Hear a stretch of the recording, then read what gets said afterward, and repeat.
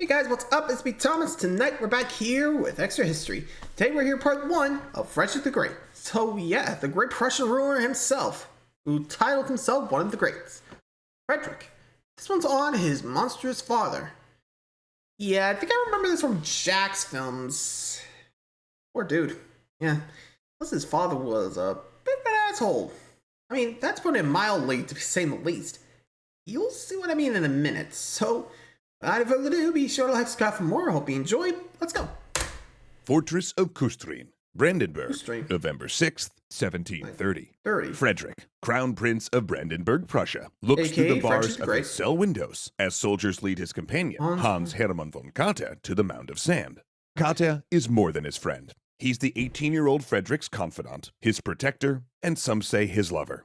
And he had tried to save Frederick from his father, the King of Prussia. And Katte would pay.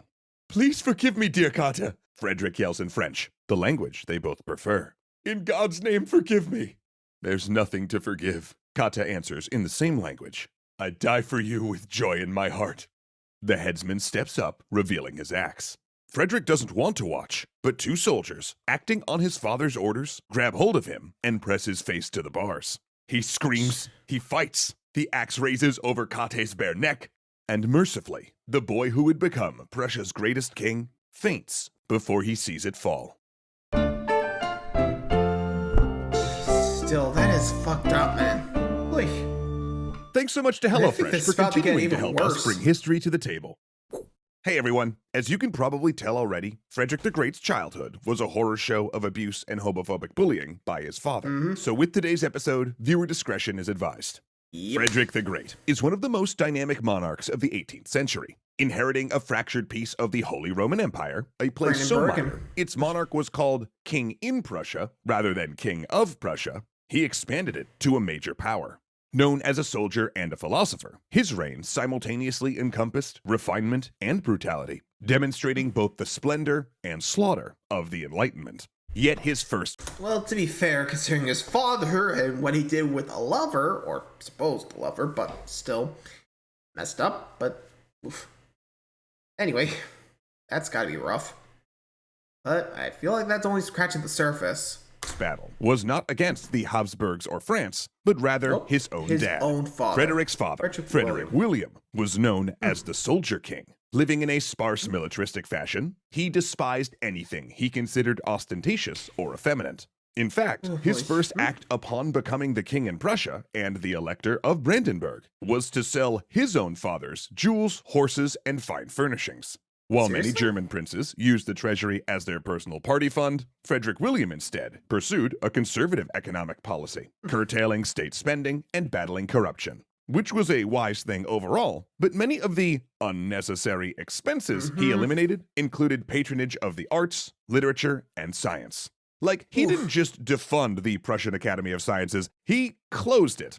But Frederick Seriously? William did Closed have it down? one pet project. The army. the army? So everything he saved, he poured into defense spending. He also created The a new Soldier type King, of so- military draft, the canton system, that allowed Prussia to be able to recruit and train troops more efficiently and create civilian reservists that could be called upon. In that way, he doubled the size of the Prussian military to 76,000 men, making it the fourth largest army in Europe, roughly the same as that of France, which had 10 times Prussia's population.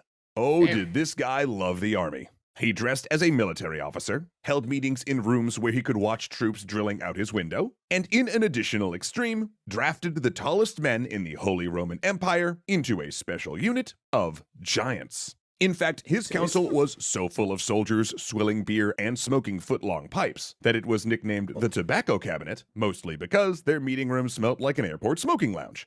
He also was prone to violent rages, which got worse as the years went on and had several medical conditions that kept him in constant pain. In other words, Ouch. Frederick William Why is his projected an air of hypermasculinity, Calvinist piety, and frugal financial habits. And naturally, he wanted his eldest surviving son Frederick, nicknamed Fritz, to grow up to be just like him, a hyper-virile religious soldier king, to use the great instrument of Prussian military power that he'd created. Now, the first 6 years of Fritz's Yeah, life, about he that. lived with his mother, and under her care, young Fritz developed what his father considered worrying habits. Fritz loved music and books. He grew incredibly close to his older sister Wilhelmina, enjoyed poetry, philosophy, opera, and learned to play the flute. Worse than that, it was the transverse flute, recently invented in France.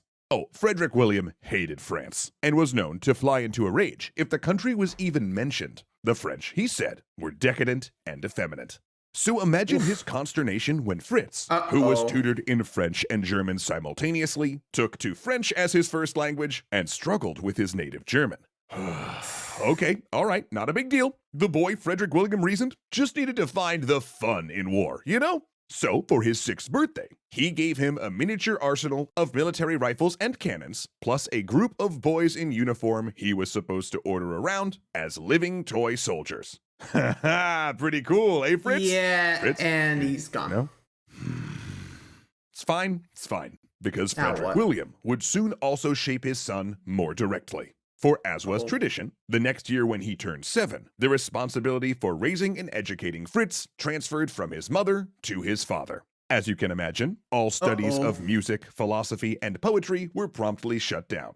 The prince would instead now have a grueling, regimented schedule of Latin, religious studies, ancient classics, modern political history, and military subjects, conducted largely by military officers. But even... Youch. I mean, let's talk about a sudden shift, but dude. Oh boy. Poor Frederick the Great.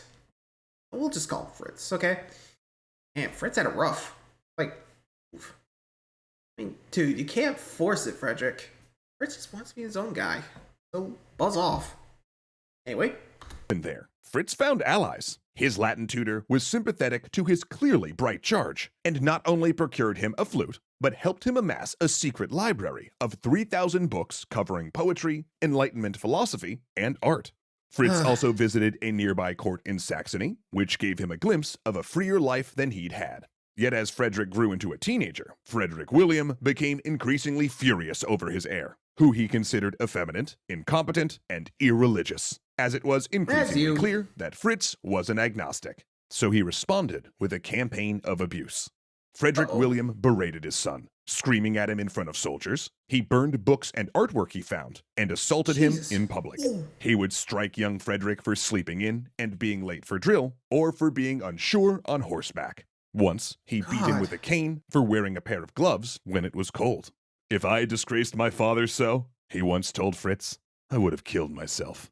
Then, when Fritz was 16 and formed an intimate relationship with one of his father's pages, Frederick William had the young man sent to a border posting and beat his son again, calling him a sodomite.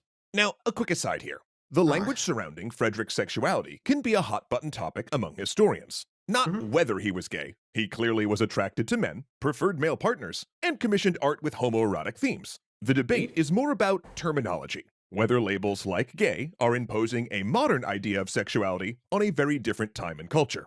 But let's be honest, in history, it's already common to use a ton of terms like feudalism or democracy to describe things that existed but didn't yet have labels, and queer people existed then as they always have. So with all that in mind, Frederick was gay. And his sexuality definitely made it dangerous for him to live under Frederick William.